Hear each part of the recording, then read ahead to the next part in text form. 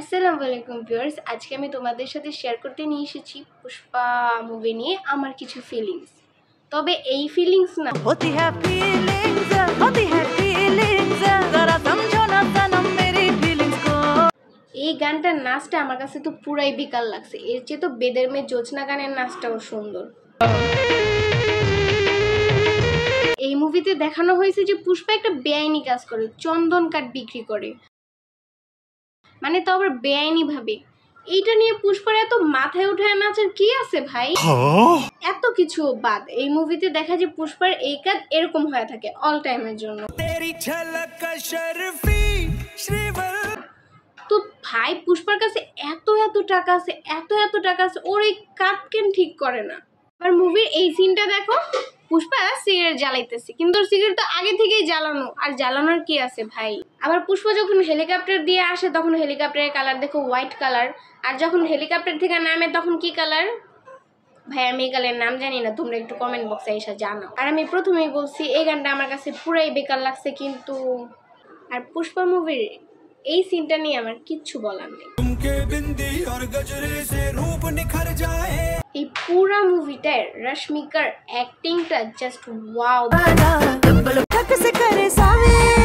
বিশেষ করে পুষ্পার চেয়ে তো রশ্মিকার এরকম করা বেশি সুন্দর।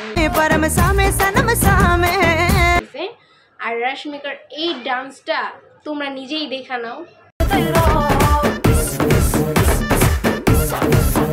আর এই গানটা আমার বেকার লাগছে, এটা আমি তোমাদের আগেই বলছি, কিন্তু এটা আবার কে বানাইলি রে ভাই?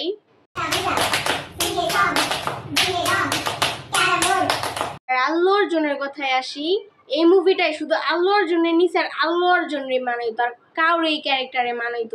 এই মুভিটা করার জন্য প্রথমে মাহেশ বাবুরে ডাকছিল, বাট মাহেশ বাবুরে এরকম খাচ্চরে মানাইতো না।